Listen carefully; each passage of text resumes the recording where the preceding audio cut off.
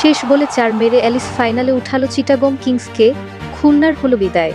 চলতি বিপিএলের দ্বিতীয় সেমিফাইনাল ম্যাচে খুলনা টাইগার্সকে 2 উইকেটে হারিয়ে ফাইনালে উঠে গেল চট্টগ্রাম কিংস।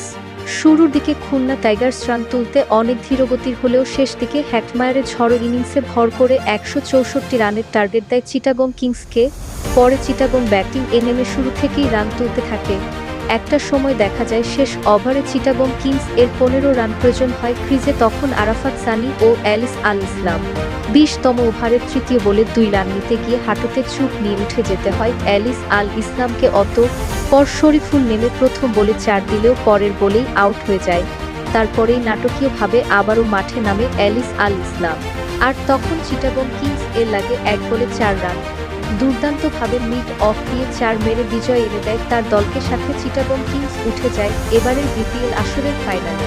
এই সেমিফাইনাল ম্যাচে খুলনার বিপক্ষে বল হাতে 4 ওভারে 14 রানে 1 উইকেট এবং ব্যাট হাতে 7 বলে 17 রান করে চট্টগ্রাম কিংসের জয়ের অবদান রাখার জন্য প্লেয়ার অব দ্য ম্যাচ হয়েছেন আলিস ইসলাম। সব খেলার আপডেট সবার আগে পেতে আমাদের চ্যানেলটি সাবস্ক্রাইব করে পাশেই থাকুন। ধন্যবাদ।